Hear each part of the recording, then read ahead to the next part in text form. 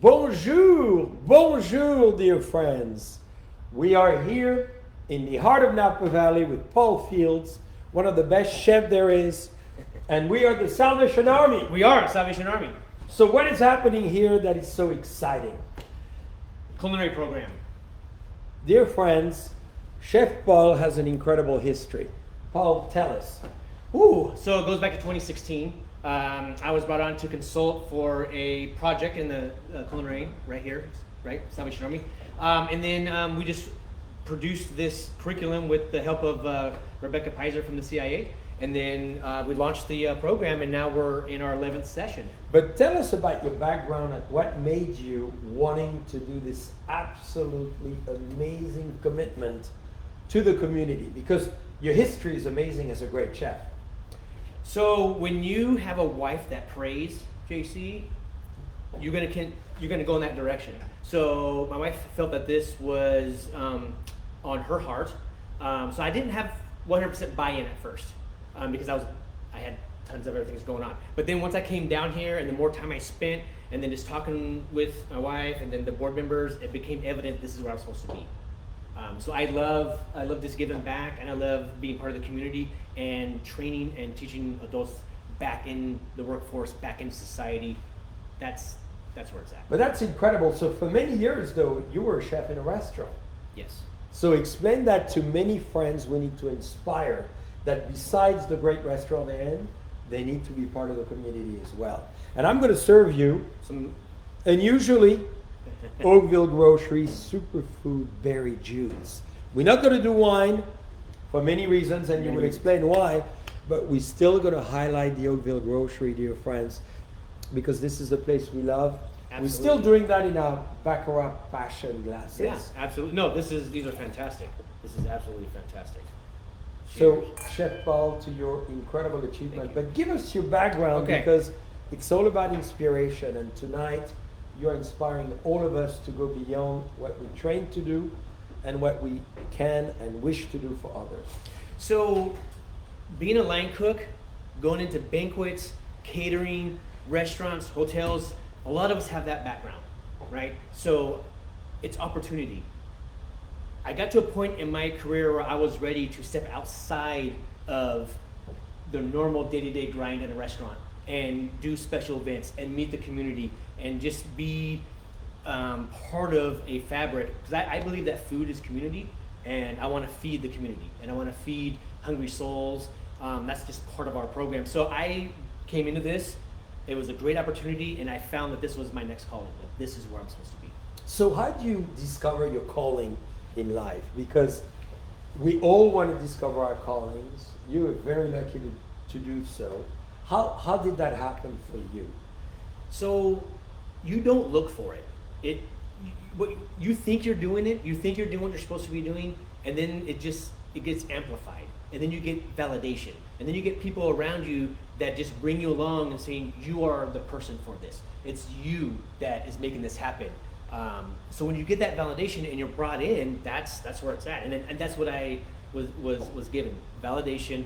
I was changing lives, and with my faith background, I just felt that this was where I was led. But you've enjoyed the restaurant life. That was a lot of fun for you. Yes. Like I said, I think this is the next season for me. I was in the trenches. I was doing a lot of holidays, nights, weekends, and now I've got to the point in my career where I've been an executive chef at places.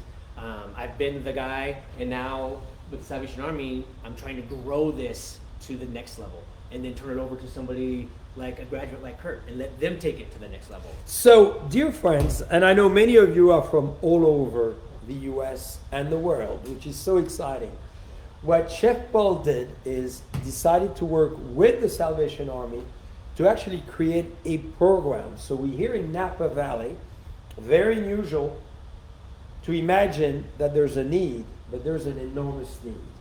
And before we talk about the need, explain us what you created as a program here. Yeah, so as you were saying, there is a need. There's definitely homelessness here, there's addiction here, there's hardships. All those people need to eat. And the Salvation Army is known for having a food program, like a soup kitchen, if you will. So before this program, there were some board members that felt we have the space, we have a great kitchen, but we're only tapping into a certain part of our of our population. So coming up with a culinary training academy and partnering with the community, we're getting folks into a environment where they're learning to craft, they're learning a trade, and then we're putting them into the industry and working, and giving them that extra chance and that one extra leg up to where they're getting back to what they used to be before they hit hardship. So That's the right. program is 13 weeks, right? During that 13-week program, we house them in transitional housing while they're in the program. That's amazing. So they live here Yes, physically, full Correct. time, full time. morning to evening. Yes, They get to learn, live here, and help others by cooking, in essence. yeah. So when you're on a sobriety trail, when you're trying to get out of addiction or back on your feet, homelessness, giving back is part of that healing and part of that restoration. So when we serve the community, my students, this is their chance, not only getting on their feet, but they're showing people in the community, hey, I was right there, and this That's is where I right. am now from the Mhm. Salvation Army. So to be in our program, you have to do a 6-month rehab. Yes. And it's a Salvation Army run program, and then they come to us, and then we have them for another 3 months. So the first stage, 6 months. Mhm. Then if you qualify, then they come to you, Correct, and then they start the 12-week program. correct. And then they can stay in the transitional housing if they're working and staying sober for up to 18 months.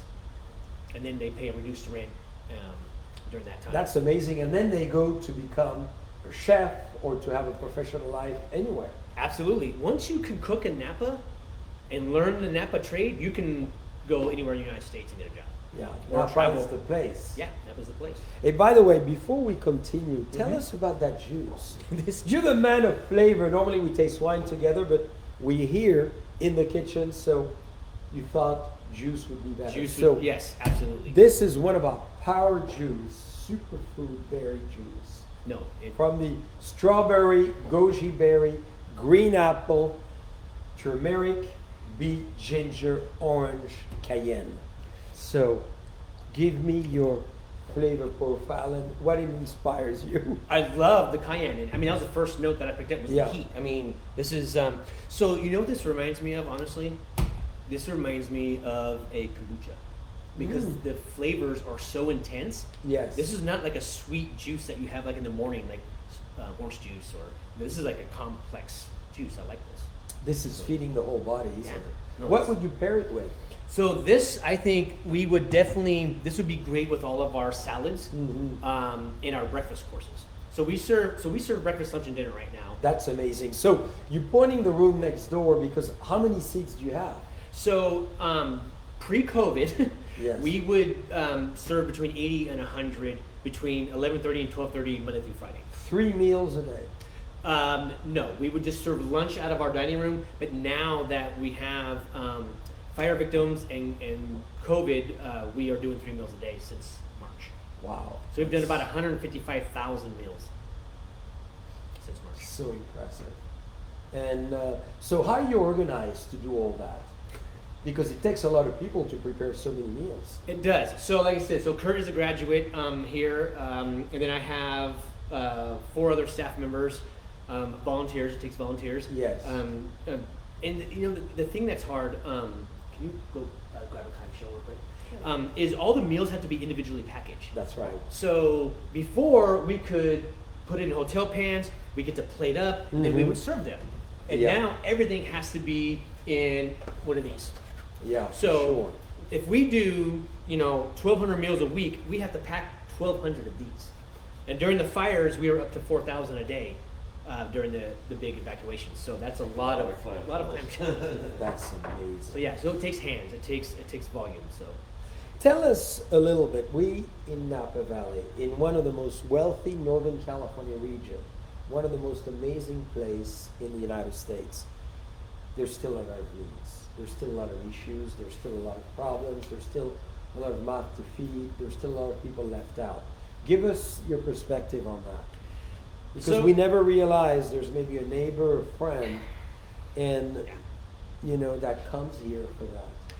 it's not just homeless people that we serve. It's right. people paycheck to paycheck, elderly who are on fixed income. We have a food box program that you're allowed to come once a month, and it's like a 10-pound box that has all these dry goods and stuff that you can take and cook. We do holiday assistance, so during the holidays we help out families that are on low income to help get them to that next level and provide a holiday for their family. But the feeding program in Napa, it's from kids to adults, and it's everything in between. There's just a need for food. Yeah. The culinary program goes right into it because, like I said, this is a culinary destination. Napa Yes. is the culinary, in the world. So you get trained here, and these restaurants, I'm telling you, they are just ecstatic to work with us because I'm giving them trained, sober, Exactly. ready to work employees. Absolutely, Like, which is amazing. Yeah. But describe to us, have you seen growth in the needs in the last 24 months? Or decline? Or with COVID, are people coming more, less? What are the numbers here in Napa? I believe there is a little bit more of a need because of COVID. Yes. And so when you have a homeless population or people in hardship, they don't have a way to isolate or to quarantine. So we have a meal contract with the county, and they're trying to help keep them isolated in areas, and we're bringing the food to them. That's so right. they can stay safe. And so our numbers have gone up, probably 60% since March. That's amazing. That's incredible. 60% since March. That's insane. So, dear friends, when you think about it, there's Salvation Army around any parts of the United States and the world. This is one of the most amazing action-oriented organizations. Is the culinary program existing only in Napa in the world of the Salvation Army? No. Aha. We do have a couple others, but what we're trying to do is we're trying to bring them together so they all look the same. So no matter where you are in the United States, when you go to the program, it's the same. That's a lot of work. We're not there yet, but we're hoping to. We're hoping For to get there. sure. So Lodi and Sacramento in our area, Right. and then Boston's got a great program, and there's a couple other pockets. So it's only a handful. It's at only a this handful. stage. It's So only a you're handful. really one of the leaders having started this whole thing. We are a leader. Lodi was first, Mhm. but we are the only credentialed program. I'm a fully credentialed teacher and an instructor. So our program is credentialed, and then we also have a 400-hour post-graduation program that's accredited by the state, and then a 2,000-hour apprenticeship program that Kurt's enrolled in, and that's accredited by the state. So when they graduate that program, they get a certificate from the state saying, I've passed this program. And we just got those passed this past year. That's amazing. So, Paul, I'd love for you to explain how we met and how it happened. And if Kurt is okay, in that evening, we had an amazing time, and I went in the kitchen, and we met, and I said, would you mind sharing your experience? So maybe we start there, Okay. and we say hello to Robert and Celeste White.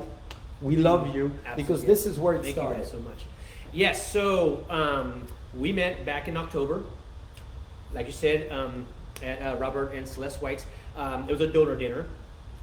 So I do quite a bit of donor dinners through the Salvation Army. So it was a private event. You were invited. I bring my students, current or graduate, to that event to give them that exposure. Yeah. And that night, Celeste White is a huge, she's been part of this from the get-go, from 2016. She's a huge supporter of the program. So anytime she can make contacts Yes. and bring people together, she's really good at that. So that night, you got to see this. I got to go in the kitchen because I knew Paul, and I always love to go in the kitchen, even if I'm invited at a friend's house. Yeah. So it was maybe a little bit on the unpolite side, but I saw that great chef. Hey, Paul, I'm going to come and say hello to your team. And I discovered some great chefs. So I thought, what's happening here? Because I did not know what was happening. Right. And then you explained it to me, Mhm. and it was fantastic. No, I did not expect your response. I didn't expect that you had such a history with Salvation Army. That's right. And then when you heard the stories of the graduates and the students that I had there, that was just a great tie-in. And then you just saw an opening for this partnership. That's right. And that was awesome. I mean, I did not expect that going in. I didn't know that you had that much history at the Salvation Army. So that was. Which was so exciting. So, how did Chef Kurt, if you're willing to share your story, and Chef Kurt, do you want a little? Absolutely. Hey, it's very exciting. He's a coffee guy. And This is our flash brew, which Oh. is very exciting from the Oakville Grocery. So the attention, Yeah. Dylan, should be on those two guys because I'm watching them delivering the message, which was amazing that you delivered that night. So if you don't mind, Chef Kurt, sharing whatever you want to share, but your incredible history and experience and how you came in here and who you are now. I came in here on a wing and a prayer. I recently spent 5.5 years in prison and managed to stay sober and clean in there, which was not easy, believe it or not. You'd think that would be real easy in a state prison, but believe me, it's not. Yeah. And I did a lot of praying. And the day I got out, I went straight to a program in Santa Rosa called Turning Point. I was high risk parole, Yeah. so I couldn't go look for a job. And the head of the kitchen there, Chef David Van Arsdale, said, "Come work for me." On the 7th day of working for him, he made me his kitchen expediter. He says, "You know, you might have a little bit of skill cooking." And my time there was almost out. And a man named Derek had dropped off one application for this culinary program. And I was due to be kicked out on the street, no job, no money, no funding, nothing. Yeah. Just boom, there you go. And I, you know, my After 5 years in prison. So one, you need to adapt again to the world, and Yes. two, you just left out. have nothing, and fired off the application. It got lost in a pile of faxes. Of course, yeah. And so 2 days before the start of the program, they called and said, "Hey, if you'd like to come to Napa, you know, come and get it." And when was that? That was back in 2017 you came? Or 2018? 2017. 2017. And That's amazing. So you I came to packed Napa. up my one little suitcase I had, and my parole agent said, "Okay," he personally drove me out here. And I got some housing, and I showed up, and I was kind of the dark horse, you know, because, hey, who's this guy? But so through the whole course, I applied myself, and I listened to Chef Paul, and he took me under his wing, and he showed me a little extra, you know, because Yeah. he knew where I was coming from. He knew some of the battles. He kind of, we had a little sit down, get together, get to know each other, and I was very candid up front with him, and he said, Which is not easy to be. No. It's never easy to be honest about your past and your addiction and what you've been going through. I So was very candid with congratulations. him, and he looked me in the face and told me, "Your past doesn't have to define your future." Yeah, He says, "We're here to change all that, that's right. and you can leave that behind you." He said, "There's a reason why that rear view mirror is smaller than the windshield. Well you know? said. You can leave that behind you, look forward." And that was session 5, and I graduated session 5, and I was And 6 did you- sessions ago. And you found yourself through cooking, right? Explain I- us that process. Well, when I graduated, I helped Chef open provisions up out at the county, and was there for a while. Then I went to Charlie Palmer's at Sure. the Orchard Hotel Yeah, and worked there for about 9 months. Before that, I worked at a little place here in town called Carpe Diem. I yes. started there as a dishwasher, worked my way up to being a line cook there. All from what I learned here, and I learned more there, and then I learned more at Charlie Palmer's. And then one day Chef called me and said, "Hey, would you like to go on tour with Zach Williams?" And I asked the executive chef at Charlie Palmer's, and he said, "If you don't go, you're silly." You know? and he said, "But you know, you haven't burned any bridges here, so if you want to come back, get a hold of me." But so we're on tour. COVID shut us down, and I've been cooking here ever since. I've been blessed, and recently celebrated, well, not just the 5 years clean I had in prison, but 2.5 years clean out here, so I've got a total of 7 years of sobriety under my belt. And I work a 12-step program, and I do meetings, and I try to help my other brothers out that come into this program. And the first thing I do is I plug them into the local meetings and buy them a book, help them find a sponsor, because that's a real important That's part. the key, the sponsor. That's the key. Yeah, for sure. And working a good, honest program is part of this. Yeah. And is 12 weeks enough in many ways? It appears quite small. 12 weeks is as long as you get the basics down, and Chef drills the basics into our head. As long as you have the basics, you can expand on those. That's right. And go and go and go. And I've come up with some of my own recipes that, Carpe Diem used, and one over at Charlie Palmer's that they still use. Great. And I'm always, reading and trying different things, because that's also something Chef told me in the beginning. He says, don't get comfortable. He said, you're always going to be learning. Yeah. And also don't be afraid to take that risk and try something. Yeah. Try it in a little amount first. And are you involved in the garden as well? And now has it opened the whole world of ingredients to you? Oh yes, I love trying and pairing different ingredients and doing different sauces, and like the sauce I did here for the meal tonight. So tonight, let's have a toast. Yeah. With the Oakville Grocery Flash Bowl. Yeah, this is great. Cold pressed coffee. So this is, Chef Kurt, give us your, I cannot not smell. It's very it, boy. dark and rich, but not overwhelming. It's nice. It's unsweetened. That's nice. Yes. Yeah, And it's sweet. usually So- I'm a sweetener in the coffee I need some of these in my refrigerator. kind of guy, Absolutely. but my office. We can make that happen. these are very good. Thank you These are so very much. good. So you drink a lot of coffee. Yes, I have to get up at 4:30 in the morning to start work by 5:30, so coffee is part of my life. Get you going. So tonight we are cooking the meal that you preparing, or you prepared already. Yes. Yeah. So do you want to tell us a little bit about it, because that looks very exciting. Yeah. That's going to be our dinner, dear friends. Yeah. So tonight, for the shelters, what we cooked were, so we have a base of polenta that we have, and then we did some winter greens and some veggies. So what do you have in there? So this is some kale and collard greens, carrot, parsnips, some beans, onion, little fennel. Then we have some. We did some braised pork here that we're going to. Looks very nice. Braised. Yeah. So kind of like a pulled pork, like a barbecue. Yes. And then we have a tomato jam here that we made. That's gonna. Your signature dish. Yeah. So it's gonna be go. That's fantastic. And that was the polenta on this side. Yes. Yes. So as an example, that very involved, well-balanced meal is what you do every night. Yes. Every night you have a meal as such. How many different recipes you actually do here?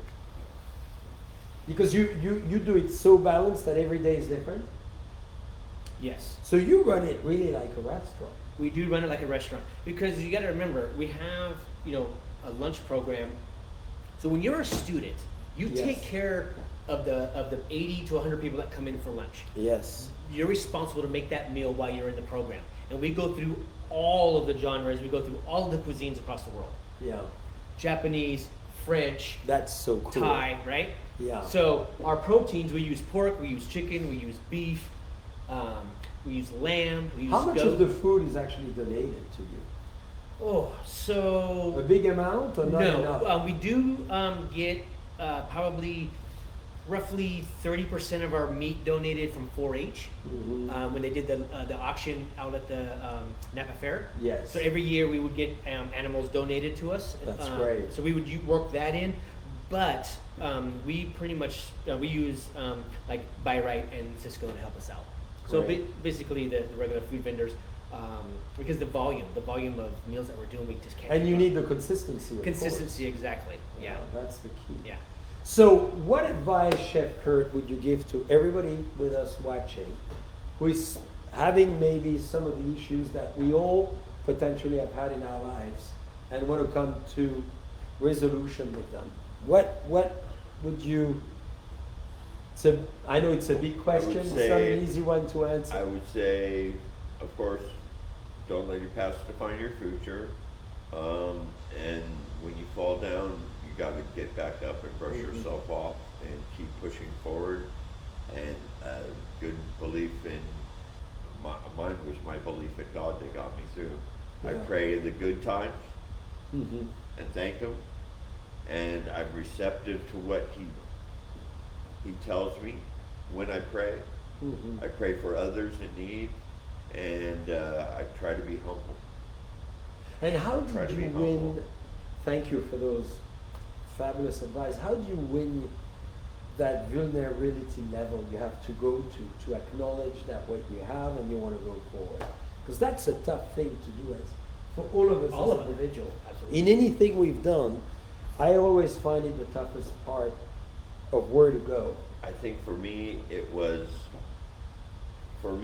figuring out that life is a balancing act. And so I have my sobriety. Yes. I have my spirituality, and I have my service to others. I look at it as a three-legged stool, and anytime any one of those legs gets too short, my stool starts to tip. So that's where my balancing act comes in. That'll put on. And how do you manage flag. that balance? How do you succeed to know where you are within that balance? Because it's not easy either. Well, if I get upset, if I get angry, if I'm bothered, I know that I'm either lacking spiritually, or one thing that helps me out immensely is being of service to someone else. Explain that further. Taking myself out of myself and going forward and helping someone less fortunate, someone who's maybe everybody's going through something. Yes. And everyone. to judge someone and make a judgment on them based on what they might be exhibiting, spur of the moment, will cut you off from meeting a lot of interesting, caring, good people in life. So I don't do that anymore. Really? And I try to give everyone the benefit of the doubt. And your success rate must be tremendous because you all encourage one another in a way. So there's really a self-emulation and a common emulation program here that brings everybody out. Is there any failures in the program? Of course. But very little, I would imagine. Yeah, I mean, it's built to have the individual succeed. Yeah. Because it's not just training. We do mental health services. That's right. We do job placement. We have sobriety. I mean, we're working on every aspect so that they have the best foot to put forward. It's not just training, it's life skills as well. So, and then the graduating classes, they mentor to the younger classes that are coming in. That's it. So, what do you think, in addition to this, are the things the Salvation Army needs to think of doing to further the program, and how can all of us help in the process, if anything, besides raising funds? that's a given. I think when you're a nonprofit, everybody just kind of knows that. I think it's awareness, JC. I think we need awareness. The Salvation Army, honestly, like I was telling the JCB group, we don't do a good job of marketing. We don't do a good job of promoting. We need to be better at that because there are some folks in this community that don't know what we do. Well, I was so excited, dear friends, thanks to Robert and Celeste that day, that I called you the next day and I called you the next week, and what can we do? How can we set it up? So explain as an example what you just did with enormous success 4 days ago, because it was a big day for the Salvation Army.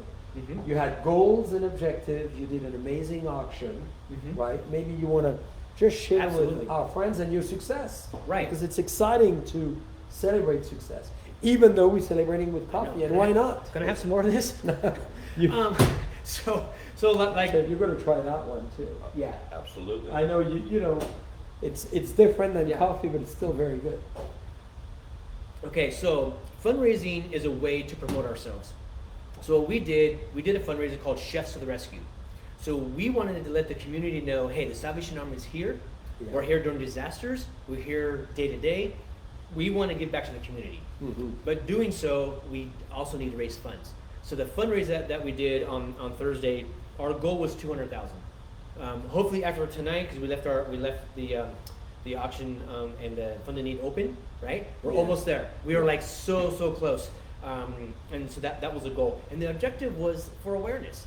Yes. You know, we sold a dinner that night, and we sold over 200 dinners that folks got to bring home, reheat, and watch the program. So everybody was watching with us because we were together, and they were eating the dinner that was prepared by you previously. They just reheated it in their home, and people could bid and could participate, right? Yeah, so basically it was a virtual fundraiser. So everybody was at home, but it was interactive.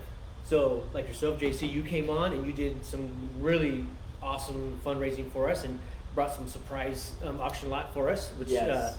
was a double down. That's it. That So was awesome. what was the auction lot?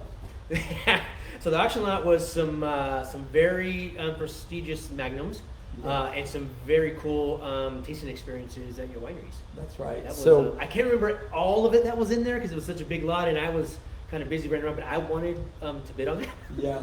Well, you're welcome anytime. You're welcome anytime. You're welcome with the people too. Yeah.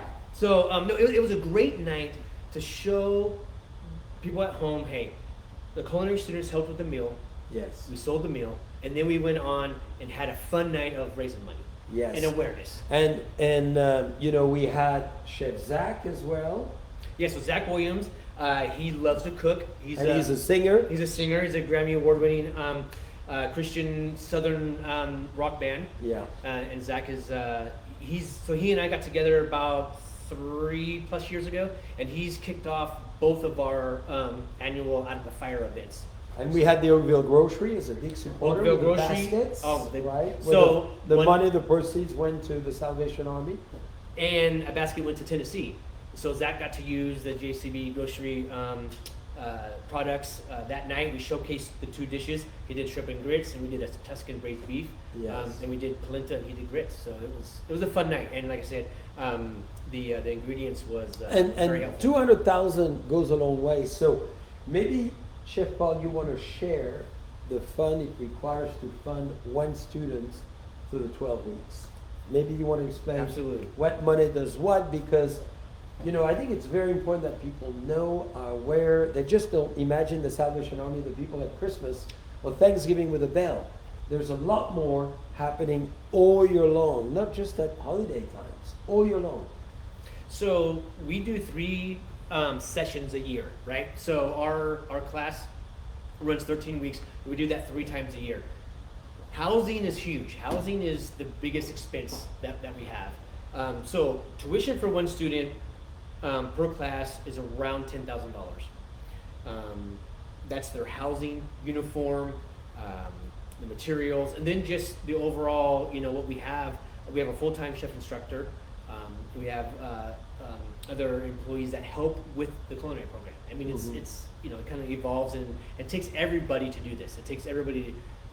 Around, like I said, you know, $10,000 helps us train them and then give them that extra help once they're in the transitional housing and help them until they get on their feet.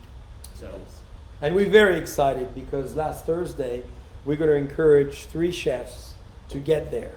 And maybe one of them you'll meet at Raymond. Maybe one of them you'll meet at the Loach Winery or Buena Vista, which I'm very excited about. So the goal is to train the next chef and to encourage someone in transition as you work here successfully to become a full-time chef as you wish. So it's very exciting. it's very exciting. What was actually your biggest success at the Salvation Army? Besides Kurt, of course. Yeah, so there's definitely individuals. I've had some really inspiring individual success stories. I think one of the biggest that we have, our goal was to get at the state level, and we just did that with the on-the-job training and the apprenticeship program. And those are also programs that transfer. So if you have an opening at one of the wineries and you need a cook to help, we can enroll them in that program, and That's that right. education stays with them. And then after they complete the 2,000 hours, JCB signs it off, it goes to the state, and they have certificates saying that they met these benchmarks. That's right. So I think the workforce development is The reinsertion the re- within the workforce, the right? continual education. After this 13-week program, we spent a lot of hours getting those two pieces, on-the-job training and apprenticeship. Yeah. And they're accredited with the state. So I think that's like my biggest achievement so far. And what's your best personal reward? I think when it's 3-6 months down the line and a student calls me and says, hey chef, I just got this job, or I've moved up and got promoted to this position. Or they call and ask, hey chef, I'm thinking about going to this place. And because I'm not just training, it's also a mentorship. I mean, Yes. these are adults that I stay in contact with, even though if they might move out of Napa someday, Of course. right, and take opportunities somewhere, they always stay in touch. And hearing that success story, or that they helped somebody because I gave them that chance, I mean, that's I mean, like Chef Kurt, you love night training. Is it, you think, part of your calling? I do. Yeah. I do, and that's how I keep what I got, by giving it to others. So what is your dream, Chef Kurt? My dream would be to be a chef at a Michelin star restaurant, Hmm. or a top-notch winery, or, you know, someplace I could expand my craft and develop my own menu and put my twist on the menu. And Which you've started to do in any case, at all the places you've mentioned before, they have your fingerprints on it. but I'm only 2.5 years into my cooking career, and I've managed to work at Charlie Palmer's, go on tour with Zach Williams and Chef Yeah. Paul, and Oh. help open up provision. I'm 2.5 years. So into things my are possible cooking to career. happen fast. Absolutely, you gotta want it, and like I say, I know God's got my back, but I also know He wants to see me do my own footwork. Yeah. You know, it's Well said. It's not a career to rest on your laurels, and sometimes you're in the kitchen 10, 12, 14 hours a day. Yeah. That's just the way the dice roll. When it's rolling, and you Yeah. gotta stick and stay and But that's and exciting, make it too. happen. Yeah. The adrenaline goes up. absolutely. But when someone Absolutely. comes up to you and says, that's the best meal I've had in a long time, or when you're handing someone who's cold and hungry food out front, Yeah. and they say, thank you, this is probably the only hot meal I'll have today. That's why I do That's a what I big do. reward, isn't it? Yeah. What about you, Chef Paul? What's your dream? I think at the end of the day, for me, I want to see this in other communities. I want Yeah. to see this program grow, and because I think the food industry is a forgiving industry as well. Yes. That they're willing to forgive your past and allow you to prove yourself. So I think if I could snap my fingers tomorrow, I would love this to be a national program. Yeah, well, I think you're on the way. I think the dream, don't you think, is achievable? Yeah, because I mean, talking to, folks like in Boston, Yeah. and what they're doing in that area, and they talk to people, in Texas, or they talk to people in Washington. I mean, we're all kind of like doing the same thing. Yes. So I think if we unite, it's very achievable. I'm with you.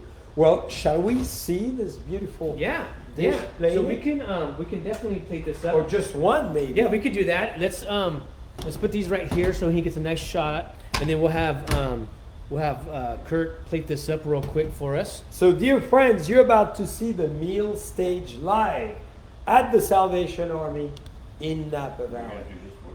Yeah, go ahead and just do one there. So, meanwhile we're plating, Yes. well, I need to explain maybe, but I'd love for you, I have another question for you, of course. Bring it. I can multitask. Well, what's your message for all our friends watching? Your holistic message as what would you want to say to them? I think what I've learned is, take that person and their story right where they're at. Don't look past them.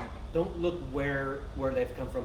Just take them from where they're at, and just be kind. Just listen. Part of the mentorship for me, teaching to cook is one thing. There's a foundation there. Yes. There's a guideline. But when they're talking to you about where they've come from, or where they want to go, or just, hey, chef, can you relate to this? Just letting them know that you can relate. That's right. huge, Mm-hmm. right? So I think this is a big message. yeah. And take people where they're at without thinking too much about the future or the past. That's your big advice as well. Yeah, and like I said, just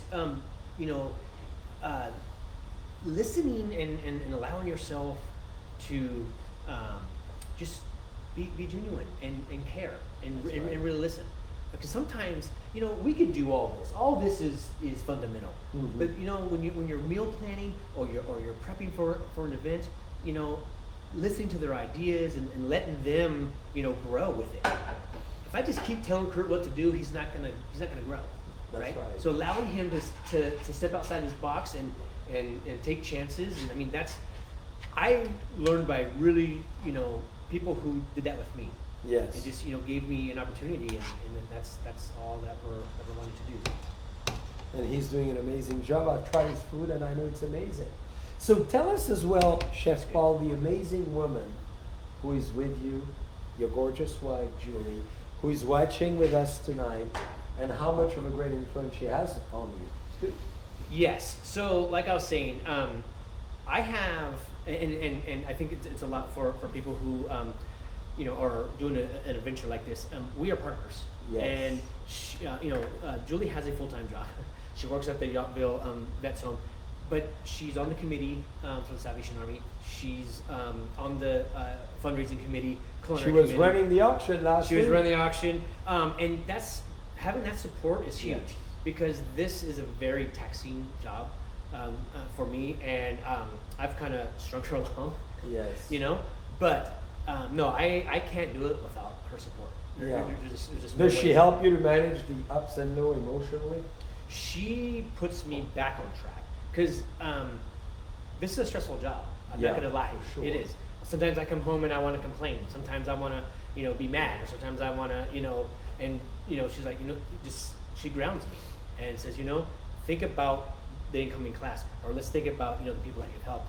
Because organizational sometimes, Yes. it's frustrating. Of course. It's frustrating. But in any organization, I would say. Yeah. So I don't think you are the exception. But dear friends, look at how exciting. I'll let you Go ahead. present Go so ahead. Dylan can look at this great dish we're going to be having. Let's grab that piece of right there. And Green right there. it's going to be, There you go. here we go. Okay, so let's go ahead and tell them what you got there. Chef Kurt, tell us. So we have a creamy polenta. We've got our vegetable mixture, and we've got pulled pork with tomato jam. Got a little bit of kick to it, Yeah.